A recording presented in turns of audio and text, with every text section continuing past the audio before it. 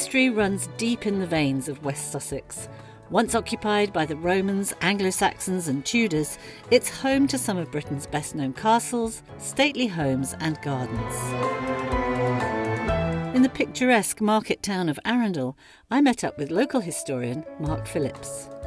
So Mark, we can see the castle here behind us, which is obviously the heart of Arundel. Tell me, when was it built and how did the town evolve? A chap called Roger de Montgomery, who was a friend of William the Conqueror, was given permission to build that castle it started in 1067. William the Conqueror said you can build the castle on condition that you have knights in the castle and they're there to go out and quell any rebellions. So he was given about half of Sussex along with the castle. Years went on, the town built up outside the walls, and obviously the castle needed trades. So you had the bakers, you had the ironmongers, you had the butchers, so all providing originally supplies to the castle. And it built up, it just gradually grew from that. I would always suggest that the first point of call be Arundel Museum. It's an award-winning museum. It gives you a very good overview of the history of the town.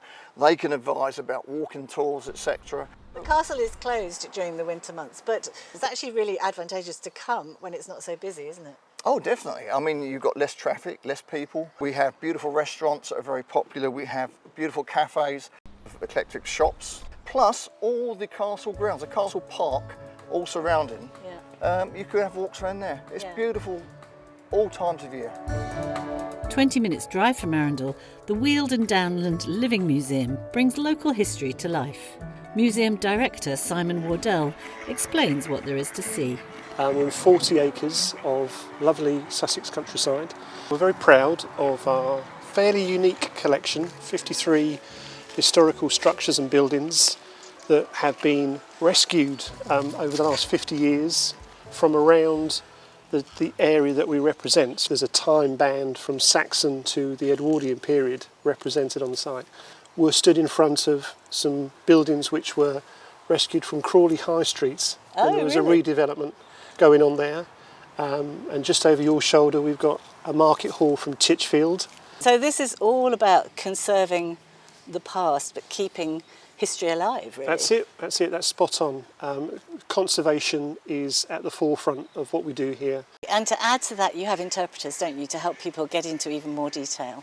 We've got a little over 300 volunteers who will take part in stewarding the buildings or some of the working aspects of the museum. We've got a forge, and a bakery and a mill. It's one of the oldest mills in existence in terms of it's still working. We're still making flour, which we sell in the shop. It's quite amazing. And you also have something of a little hidden star attraction, don't you, as a venue for a particularly well-known TV show? Yes, last 4 years we've been hosting the repair shop, and we have an arrangement with them whereby one of the items from the collection, which is a barn from Leon Solent's, and that's where the repair shop is filmed.